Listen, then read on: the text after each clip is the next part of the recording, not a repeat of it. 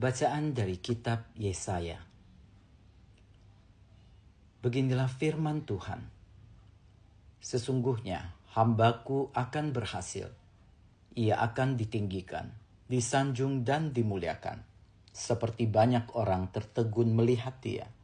Rupanya begitu buruk, tidak seperti manusia lagi. Dan tampaknya bukan seperti anak manusia lagi. Demikianlah ia akan membuat tercengang banyak bangsa, dan raja-raja akan mengatupkan mulutnya melihat dia. Sebab apa yang tidak diceritakan kepada mereka akan mereka lihat, dan yang tidak mereka dengar akan mereka pahami. Maka mereka berkata, "Siapakah yang percaya kepada berita yang kami dengar? Kepada siapakah tangan kekuasaan Tuhan dinyatakan?" Sebagai taruk hamba Yahweh, tumbuh di hadapan Tuhan, dan sebagai tunas, ia muncul dari tanah kering. Ia dihina dan dihindari orang, seorang yang penuh kesengsaraan, dan biasa menderita kesakitan. Ia sangat dihina, sehingga orang menutup mukanya terhadap dia, dan bagi kita pun dia tidak masuk hitungan. Ia tidak tampan, dan semarak pun tidak ada padanya, sehingga kita tidak tertarik untuk memandang dia, dan rupanya pun tidak menarik, sehingga kita tidak terangsang untuk menginginkannya. Tetapi sesungguhnya, penyakit kitalah yang ditanggungnya, dan kesengsaraan kitalah yang dipikulnya.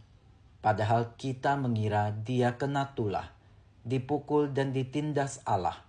Sesungguhnya, dia tertikam oleh karena pemberontakan kita.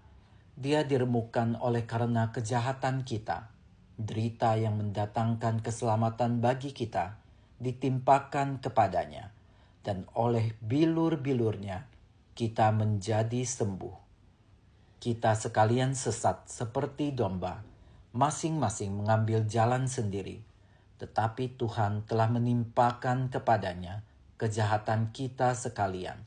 Dia dianiaya, tetapi dia memberikan diri ditindas, dan tidak membuka mulutnya seperti anak domba yang dibawa ke pembantaian, seperti induk domba yang keluh di depan orang-orang yang menggunting bulunya.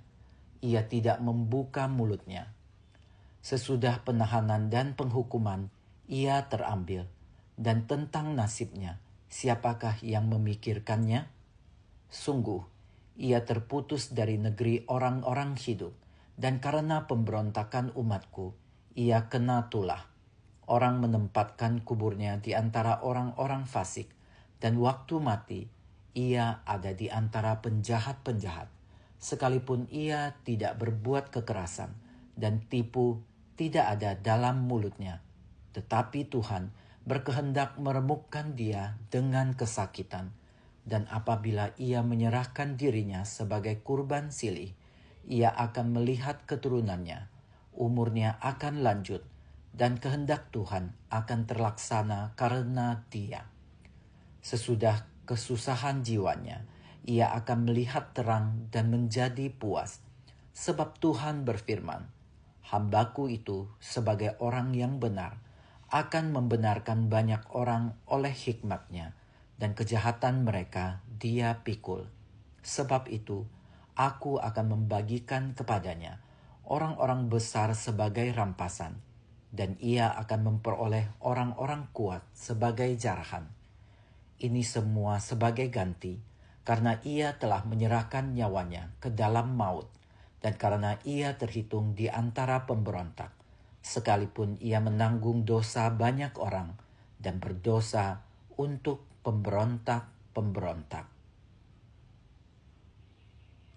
Demikianlah sabda Tuhan. Syukur kepada Allah.